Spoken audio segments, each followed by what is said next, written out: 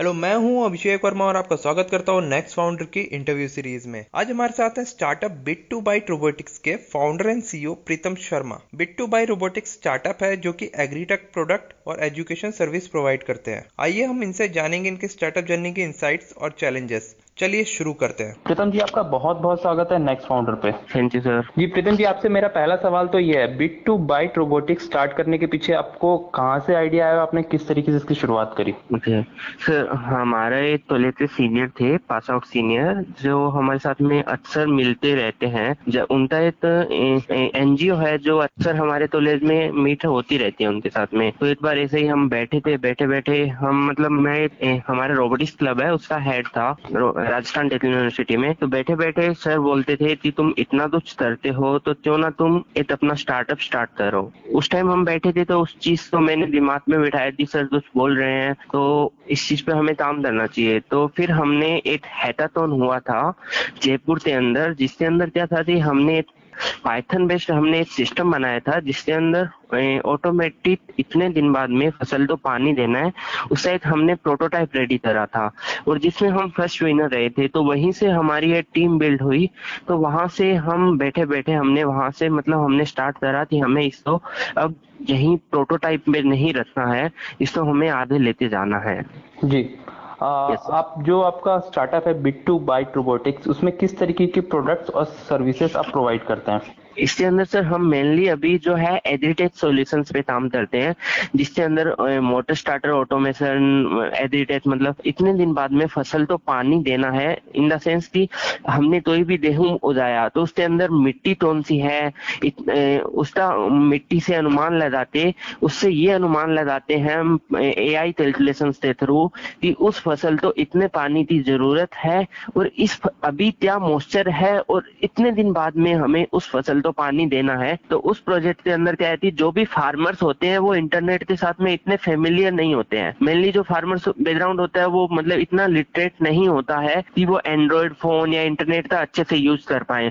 तो इसलिए हमने फार्मर्स को देखते हुए हमने एक जीएसएम बेस्ड स्विच बनाया, जिसके अंदर क्या होता है कि जो फार्मर होता है उस पंप ऑन करने के लिए नाइट में जाना पड़ता है। तो उसके अंदर क्या होता है कि वो 3-4 किलोमीटर जाता है। बहुत बार ऐसे होता है कि वहां पर लाइट नहीं होती है, तो जिस वजह से उसको वापस आना पड़ता है और उससे उसका टाइम भी कंज्यूम होता है और उसका प्रॉपरली वर्क भी नहीं हो पाता है।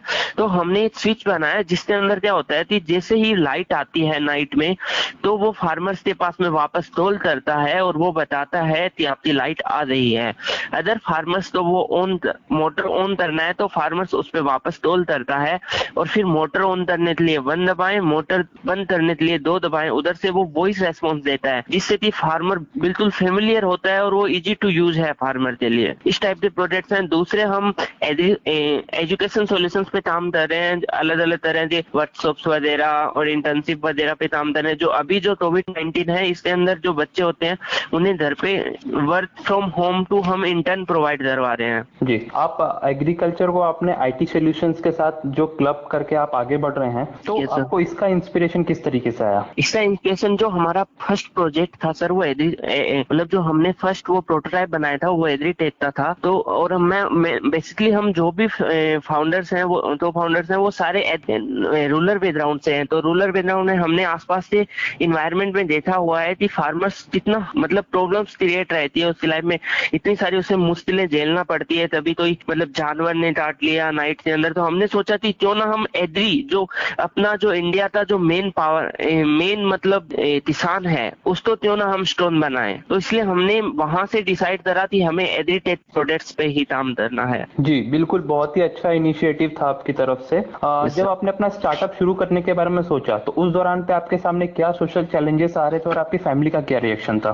सर उस टाइम ये था कि फैमिली तो हमारे साथ में सपोर्टिव में थी, लेकिन सोशल चैलेंजेस में ये था कि हमारे पास में मेंटर्स नहीं थे। बहुत सारे मतलब कॉलेज की तरफ से भी इशू थे कि हम प्रॉपर क्लासेस नहीं मतलब ले पा रहे थे, हम अपना टाइम मतलब उधर स्पेंड कर रहे थे। तो मेनली ये हुआ कि फिर हमने हमने कुछ टीचर्स से गाइडलाइन ली। एक हमारे I start Rajasthan I start का एक इनिशिएटिव है, तो वहाँ पे एक मेंटर है हमारे अवनीश झा सर, तो उनके थ्रू हमें अच्छी खासी मेंटिंग मिली और वहाँ से हमने मतलब उनके थ्रू हमने जहाँ से जो हमने प्रोजेक्ट स्टार्टिंग में सोचा था और उन्होंने हमारे प्रोजेक्ट को कैसे डेवलप करवाया, वो मतलब उन टीचर्स के थ्रू हमने उस प्रोजेक्ट को प्रॉपर फाइनल तक लेते थे।